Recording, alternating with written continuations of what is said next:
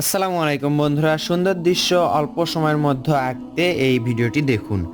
দেখুন একটি সুন্দর দৃশ্য আঁকতে কি করতে হয়, পেন্সিল দিয়ে সোজা একটি দাগ এভাবে আঁকতে হয়। এরপর কি করব, আমরা এখান থেকে আরেকটা সোজা দাগ এতদূর পর্যন্ত নিয়ে এসে একটু ভাঁজ করে এখানে নিয়ে আসব।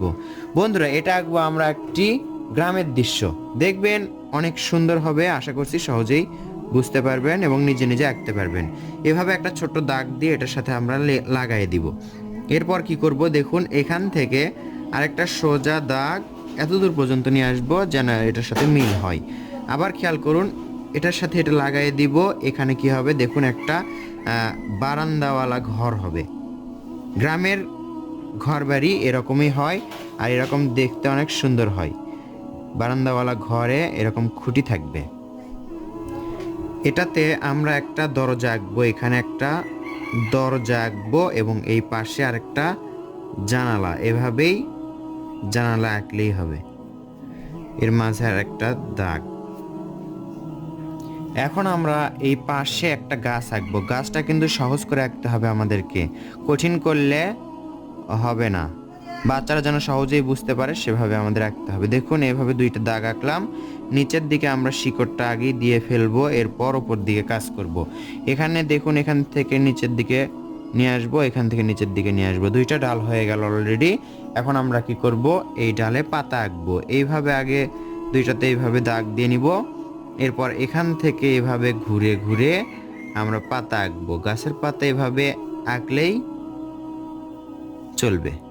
এভাবে আমরা আঁকবো। দেখুন গ্রামের দৃশ্য আমরা সহজেই ঘরবাড়িগুলো এভাবে আঁকতে পারি এবং ছোট বাচ্চাদেরকে শেখাতে পারি। সুন্দর একটি ঘর হলো, ঘরের পাশে পাশে একটি গাছ হলো এবং এই পাশে আমরা একটা ফলের পালা আঁকবো। দেখুন এই গাছের গোড়া থেকে এভাবে উপর দিকে তুলে নিয়ে আসবো। এখন এই দিককে গোল করে দূর পর্যন্ত নিয়ে আসবো। এরপর এখানে একটু ঢেউ করে নিয়ে আসবো।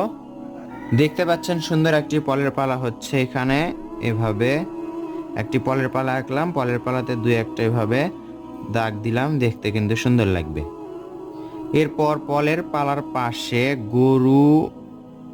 গরুর খাবার পাত্র, অর্থাৎ যেটাকে বলা হয় চারি, গরুর চারি আমরা এভাবে আঁকবো।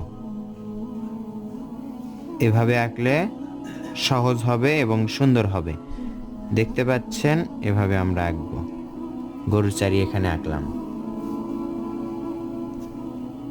এখন এখানে আমরা একটা তাল গাছ আঁকবো। দেখুন কিভাবে, কোথা থেকে আঁকবো, এই একেবারে কর্নার থেকে একটু ভাঁজ করে গোল করে উপর দিকে নিয়ে যাবো, একটু ভাঁজ করে উপর দিকে নিয়ে যাব। এরপর এখান থেকে আবার নিচের দিকে নিয়ে আসবো। তবে নিচের দিকে যখন আসবো তখন কিন্তু একটু মোটা হবে। দেখুন এভাবে একটু মোটা হবে।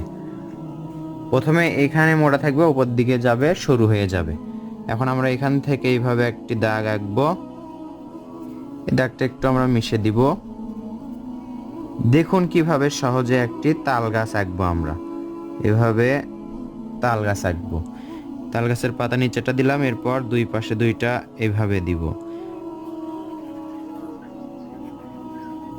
এভাবে দিলাম। এখন উপরের পাতাটা আমরা সহজেই দিব। দেখুন সুন্দর একটি তাল গাছ হয়ে গেল। তাল গাছের মাঝে আমরা খাস কাটা দাগ এভাবে আঁকতে পারি সহজেই। একটা পর পর আমরা দাগ দিব, এই পাশে এবং এই পাশে, দুই পাশে এভাবে দাগ দিতে থাকবো, তাহলে মনে হবে এটা তাল গাছ। তাল গাছের এই নিচের অংশে, এই নিচে এই দাগ থেকে আমরা এইভাবে ছোট ঘাসের বা আগাছা গাছ যেগুলো থাকে সেগুলো আঁকবো, বা ঝাউ গাছ। দৃশ্যটা সুন্দর হলেও দৃশ্যটার পরিপূর্ণতা এখনো পাইনি, এজন্য দেখুন সোজা একটা দাগ এখান থেকে আমরা আঁকবো। এই দাগের মাধ্যমে দেখুন দৃশ্যটা পরিপূর্ণ হয়ে যাবে। এখানে যে ফাঁকাটা দেখতে পাচ্ছি, এখান থেকে এভাবে একটি নদীর পাড় আঁকলাম। পাড়টা আঁকা কত সহজ আপনারা দেখলেন এবং বুঝতে পারলেন। দূরের যে কিনারা দেখতে পাচ্ছি নদীর, সেখান থেকে আমরা এভাবে দূরের গাছপালা দেখতে পাচ্ছি, সেগুলো আমরা আঁকবো। দূরের গ্রামের গাছপালা এভাবে দেখা যাচ্ছে। দেখুন অল্প সময়ের মধ্যে সুন্দর একটি গ্রামের দৃশ্য আঁকলাম। আশা করছি এই দৃশ্যটা আপনাদের ভালো লাগবে, বাচ্চারা এখান থেকে শিখতে পারবে, দেখে দেখে নিজেরা আঁকতে পারবে। ধন্যবাদ সবাইকে। ভালো লাগলে লাইক করবেন। আসসালামু আলাইকুম।